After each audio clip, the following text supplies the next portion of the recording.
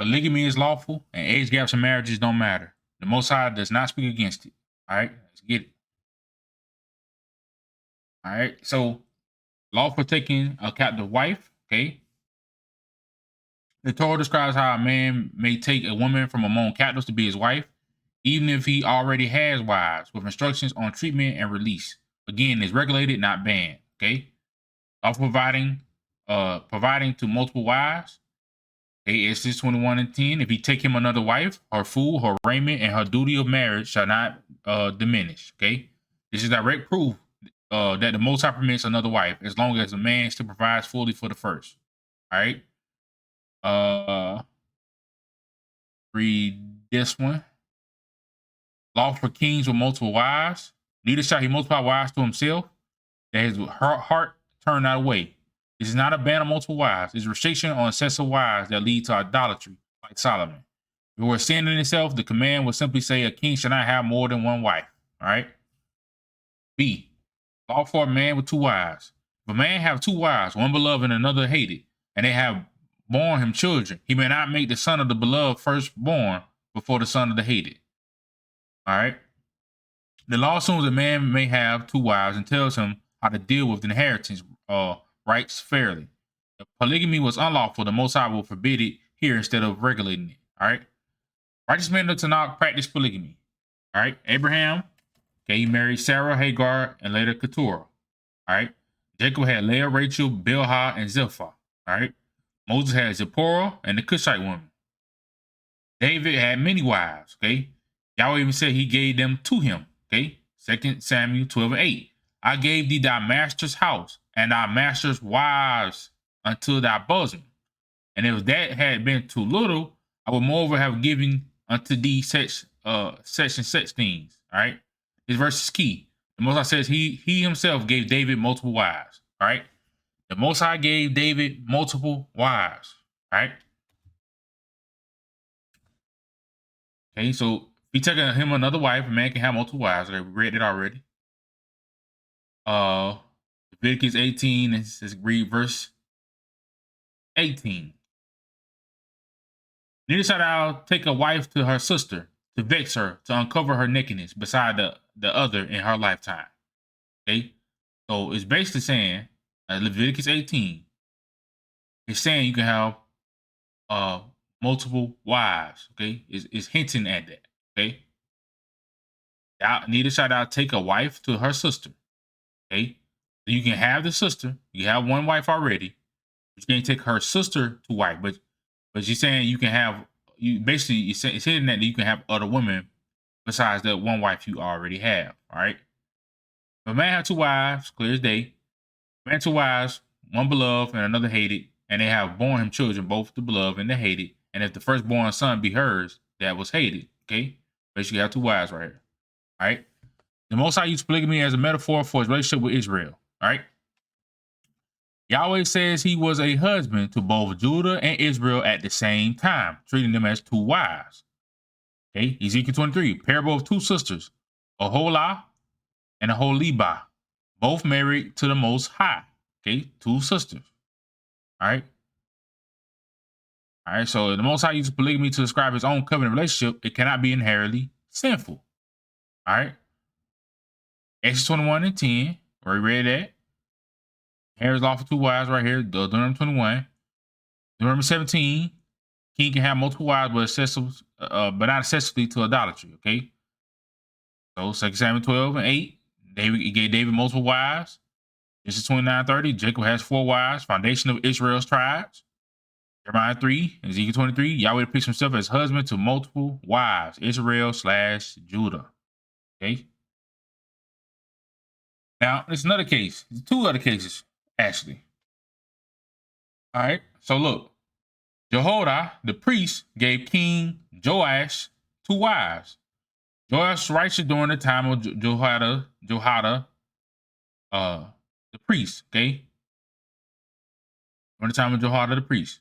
All right, 2 Chronicles 24 and 2. We're going to skip down right here. And Joash did that which was right in the sight of the Lord all the days of Jehoiada, the priest. And Jehoiada took for him 2 wives, and he begat sons and daughters. So this man was righteous, Joash the king, was righteous, and Jehoiada took for him 2 wives. Jehoiada the priest, the priest at the time, brought 2 wives to Joash, who did right in the sight of the Lord. So this man was righteous. Okay, a righteous man had 2 wives. Okay, King David, he had 10 concubines. Okay, 2 Samuel 20:3. And David came to his house at Jerusalem, and the king took the 10 women, his concubines, whom he had left to keep the house, and put them in the ward, and fed them, but went not in unto them. So they were shut up until the day of their death, living in widowhood. Okay, but David could have slept with these 10 concubines. Okay, that was gonna be his women. All right. Elkanah, the Levite, walked in righteousness and had 2 wives, Hannah and Peninnah. All right. Now, Hannah, she the one that prophesied of King David. I showed another video. She prophesied of King David in another video. All right. Another scripture. She prophesied of King David. What scripture that was? I can't even remember off the top of my head. But her husband had her and Peninnah. All right. 1 Samuel 1. We're going to read verse 1. Now, there was a certain man of Ramah Damazophim of Mount Ephraim, and his name was Elkanah, the son of Jeroham, the son of Elihu, the son of Tohu, the son of Zoph, an Ephrathite. And he had 2 wives. The name of one was Hannah, and the name of the other Peninnah. And Peninnah had children, but Hannah had no children. All right. And this man went up out of the city yearly to worship and sacrifice unto the Lord of hosts in Shiloh. And the 2 sons of Eli, Hophni, Phinehas, and the priest of the Lord were there. Okay. Hannah had no children and had a polygamous husband. Yet Eli the priest said her petition for a child will be granted. Polygamy is not a sin. Okay. 1 Samuel 1:11. And she vowed a vow and said, O Lord of hosts, that thou wilt indeed look on the affliction of thy handmaid, and remember me, and not forget thine handmaid, but will give thou unto thy handmaid a man child. Then I will give him unto the Lord all the days of his life, and there shall no razor come upon his head. Okay. Go to verse 17. Let's get down right here. Then Eli answered and said, Go in peace, and the God of Israel grant thee thy petition that thou hast asked of him. Okay. So the Most High dealt with her, even though she had a polygamous husband. Okay. The polygamy part is not a sin. All right. It's not a sin. All right. You look right here. Did it say Elkanah was righteous? No, it just say Elkanah was a Levite. All right.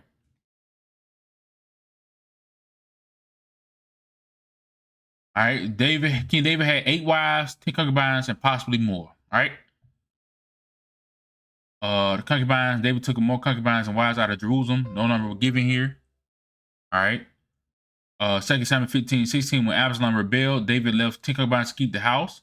2 Samuel 16:21-22, Absalom infamously lay with these 10 concubines publicly, fulfilling Nathan's prophecy of judgment. All right. All right. I'm gonna go right here first. Let's read this. Okay, from 1 Samuel to 2 Samuel to 1 Chronicles. Okay. Milcah, the daughter of Saul, Ahinom of Jezreel, Abigail, widow of Nabal, Maacah, daughter of Talmai, king of Geshur, Agif, mother of Adonijah, Abitul, Eglah, Bathsheba, original wife of Uriah. Okay.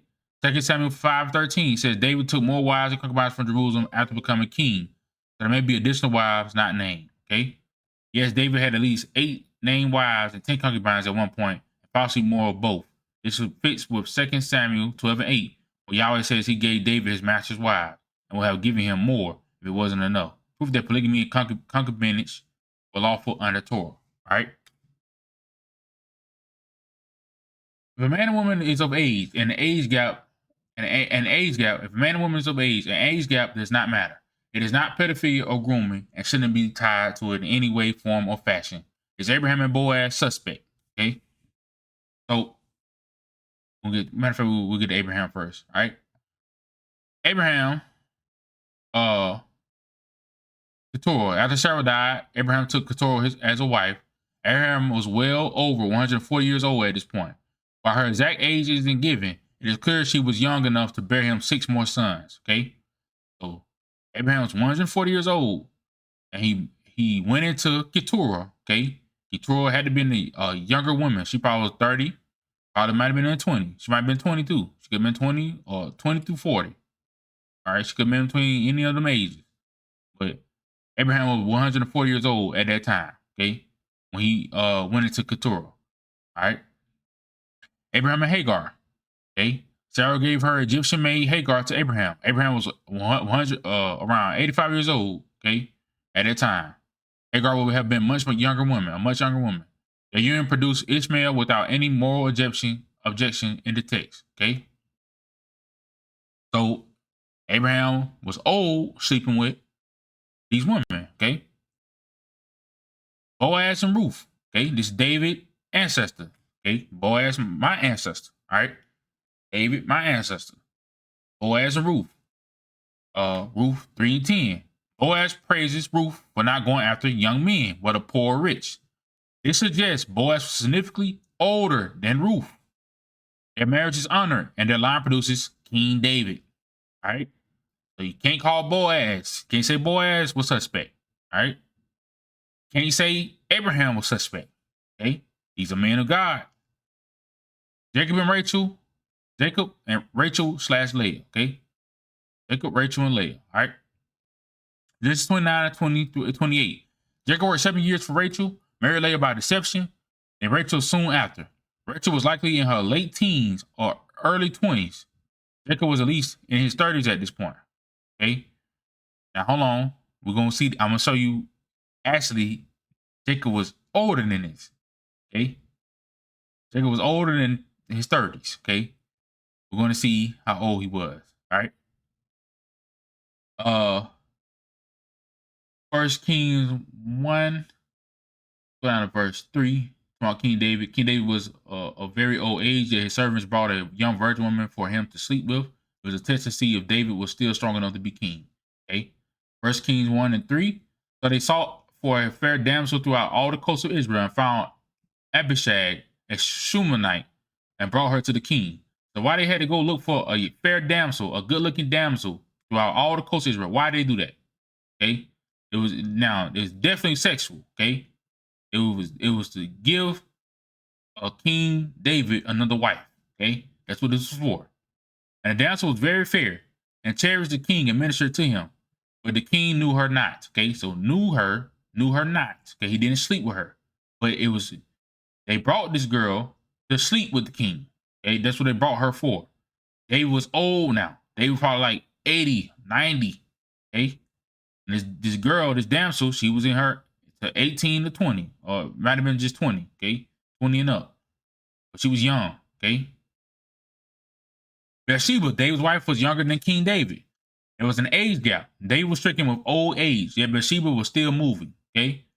And Bathsheba went in unto the king, went unto the king into the chamber, and the king was very old, okay? Now Bathsheba, mind you, is still walking around. But the king is old. So to let you know right there, there's an age gap between Bathsheba and King David. Okay? And Abishag, the Shumanite, ministered unto the king.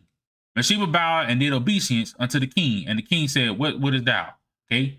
So Bathsheba was still moving around. She was able to bow down. She's able to get up. She's able to move around. But David was in old age. David's time was up. Okay? But Bathsheba, she was still moving around. So that means there was an age gap between Bathsheba and David. All right.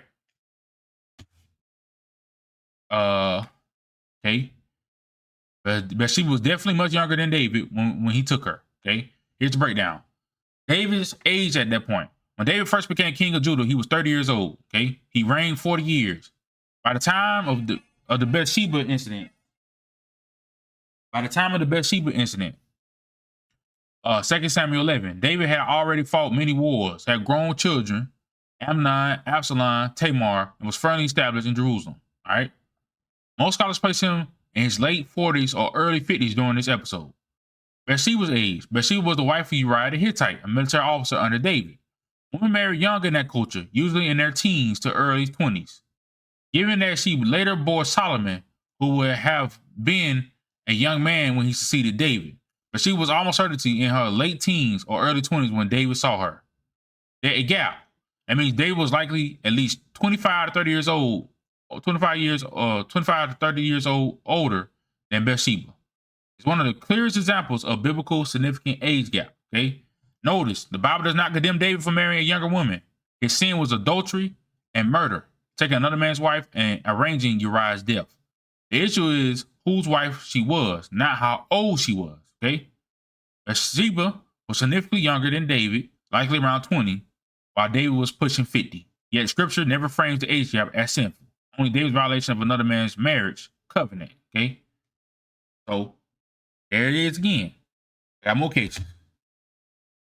Now, Jacob, right? And now you do the calculation, right? Jacob was 77 when he first met Rachel. This is calculated by lining up Genesis with his years in Haran and his age when he entered Egypt at 130. He then worked 7 years before marrying Leah, and then Rachel making him about 84 in marriage. Transition extended slightly, making him 88. Either way, he was an old man by modern standards. Rachel and Leah were young. They were living at home under their father Laban. Rachel is described as beautiful, a shepherdess, and a virgin. This clearly puts her in the young unmarried woman category. Spiritual blesses the union. Rachel and Leah become matriarchs of Israel, mothers of 12 tribes. The Bible never condemns the age gap. Instead, it honors them. If modern critics were consistent by today's double standards, Jacob would be called creepy or worse.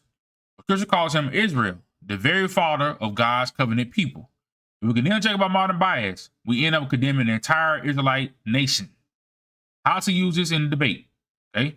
If someone calls a 40-year-old and a 20-year-old a groomer, then by their logic, Jacob was a predator. But Jacob is Israel himself, blessed by God and married to Rachel and Leah, the mothers of the 12 tribes. If age gaps were sinful or suspect, the whole Israelite covenant will be built on corruption. Clearly, they're not. The Bible proves age gaps between adults are lawful and honored. All right. So he entered Egypt at 130. Okay. All right. So he entered Egypt 130. You go back. You see he met Rachel when he was 77. Okay. All right. This is another example. Is the Most High suspect? Okay. Now we just asked, is Jacob suspect? Now is the Most High suspect? All right. God describes Jerusalem as a female child who was abandoned at birth. He says he cared for her, nourished her, and let her grow. Then when I passed by thee and looked upon thee, behold, thy time was the time of love, and I spread my skirt over thee and covered thy nakedness. Yea, I swear unto thee and entered into a covenant with thee, saith the Lord God, and thou becamest mine. So the Most High raised up Jerusalem, which he likened it to a female child. He saw Jerusalem as a child. He waited till she grew up. She became an adult. She had grew her breasts. You go to read Ezekiel 16. You see she grew her breasts. She grew taller. She grew until her adulthood, and then he spread his skirt over her. That means he slept with her, or he came into a covenant with her. It's basically because Boaz said the same thing. Well, Ruth said the same thing to Boaz. Ruth said, "Spread the skirt over me." She told Boaz to spread his skirt over her. Okay, so it's some sexual with that. All right. What this shows, God waited until she matured. He didn't claim her as his bride while she was a child. He waited until she was fully grown. Thy breasts were fashioned and thy hair was grown. Okay, Ezekiel 16:7. Then he entered a covenant. Marriage imagery is used to describe the covenant between God and his people. This shows that in Israelite thought, adulthood, not age gap, was the boundary. The age gap in symbolism is infinite. God is eternal. Israel is a newly matured. The age difference is beyond measure. Okay? Yet the marriage imagery is not presented as suspect or perverse. It's holy because the union happens only once Israel is of age. Okay? Conclusion. Ezekiel 16 proves the principle. Age gap is irrelevant once adulthood is reached. God himself uses the imagery of an older husband, himself, eternal, marrying a much younger bride, Jerusalem, newly matured. Okay? Just like when David gets resurrected, right? David, he's ancient. He's from long time ago. Okay? He's from a very long time ago. He gets raised up. What he's gonna be doing? He's gonna be marrying more women. He's gonna take more wives. Okay? And these wives gonna be basically many years younger than him. Okay? David's gonna take wives from people of this time or the time in the future. Okay, but he's gonna be much older than them by age. Okay, all right. See right here, Moses is another example. Moses fled Egypt at 40. He married Zipporah, one of Jethro's daughters, while living in Midian. As a daughter at home, Zipporah would have been a young and unmarried, making Moses at least 20 plus years older. Okay, so was Moses wrong? Okay, was Moses suspect? All right, let's look at Hosea. Hosea and Gomer. Okay, while ages weren't given, Hosea is a grown prophet sent to marry a woman symbolically representing Israel's unfaithfulness. Prophets were typically older when called, while Gomer is portrayed as a young woman, likely another implied gap. Okay, so was Hosea a suspect? All right. It's another case. You know, King Ahasuerus, he wasn't no Israelite. Okay, he was with one of the Elamites, one of them Elamite tribes. All right, but Esther was a young virgin. Okay, Ahasuerus was in his 30s and 40s. Okay, but it was not unlawful for him to marry by Israelite law. It was not unlawful for him to marry Esther, who was a young virgin. Okay, even though he was 40 years old or 30 plus 40 years old. All right. Micah and David. All right. They was in the late 20s or 30s. The gap is smaller than Jacob / Rachel, but still notable. All right.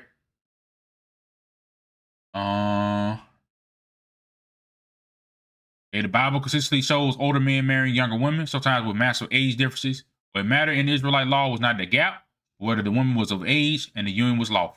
Okay. Now, Jesus lied about lust. Okay. The Torah never forbids desire for an unmarried woman. Okay. Jesus said this bull right here. Whosoever looketh on a woman to lust after her have committed adultery with her already in his heart. Okay. So he just said you can't look upon a woman at all. Okay. You cannot look upon an unmarried woman. So what are you trying to tell people? Be gay? You see what I'm saying? This man Jesus is a liar, a thief. He's just all around just wrong. Okay. All right. Okay. So look right here. Jacob loved Rachel. He saw her beauty, desired her, and worked 7 years for her hand. His desire for an unmarried woman is celebrated, not condemned. Shisham and Dinah. Shisham saw her, took her, and lay with her, and his soul clave unto Dinah. Even though his actions were forceful, the text says afterward he loved the damsel and wanted to marry her. The issue was violence and not desire itself. Samson and the Philistine woman. Okay, Samson, he saw a woman in Timnath, or the daughters of the Philistines, and told his parents, "Get her for me, for she pleases me well." Okay, the text never condemns him for desiring her beauty. Okay, David and Abigail. Okay, Abigail was described as a woman of good understanding and of beautiful countenance. After Nabal's death, David desired her and married her. Again, no sin in recognizing her beauty or wanting her as his wife. Okay, Song of Solomon, entire book. The Songs of Songs is full of lovers praising each other's beauty, physical beauty. Behold, thou art fair, my love. Behold, thou art fair. Thou hast dove's eyes. Thy two breasts are like two young roes that are twins. Okay. Attraction and longing are celebrated as pure and godly between unmarried lovers. Okay. Proverbs 5:18-19. Rejoice without the wife of thy youth. Let her breast satisfy thee at all times, and be thou ravished always with her love. Desire for a woman's body is commanded. Within marriage, it is righteous. Okay. You know what I'm saying? The physical attraction. Okay. You going basically physical attraction, that is something that is natural. Okay, a man gonna look upon a woman, and a woman gonna look upon a man. It's just how it is. It's natural. Okay, and Jesus told you something unnatural. Don't look on women. That shit sound gay. Right? I'm gonna be honest with you. The law's definition of sin. Okay, thou shalt not commit adultery. Okay, Exodus 20:14. All right, Leviticus 18, forbidding unions, incest, homosexuality, bestiality, adultery. None of these forbid looking at or desiring an unmarried woman. All right. Conclusion. Tanakh repeatedly shows men noticing, desiring, and pursuing women. All right, and God never calls it adultery or lustful sin. Jesus' teaching in Matthew 5:28 contradicts the Torah because it criminalizes natural attraction even to unmarried women. All right. All right. So Jesus is wrong. Okay. That's the point I'm trying to show y'all. Jesus is wrong. All right. Thou shalt not commit adultery. Okay. It's the Torah definition. All right. Adultery is lying with another man's wife. That's not covered out another's wife. The issue is coveting what belongs to another man. All right.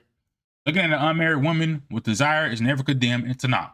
Jacob loved Rachel. Samson desired Philistine women. The sons of Solomon celebrated erotic attraction. Proverbs 5 tells a man to be ravished with his wife's breast. And what does God law call this adultery in the heart? Jesus' teaching in Matthew 5:28 says, looking at a woman to lust after her, adultery. This adds a new law not given in the Torah. It criminalizes natural attraction even to women who are unmarried and available. Okay? So all that shit Paul talking about, what Paul said, that man said, it's good for a man not to be with a woman, something like that. All them they talking crazy, right? Both talking crazy. All right. So now I asked ChatGPT this question, and it was like, this is his opinion. Right? If the standard is the Tanakh / Torah, then you are correct.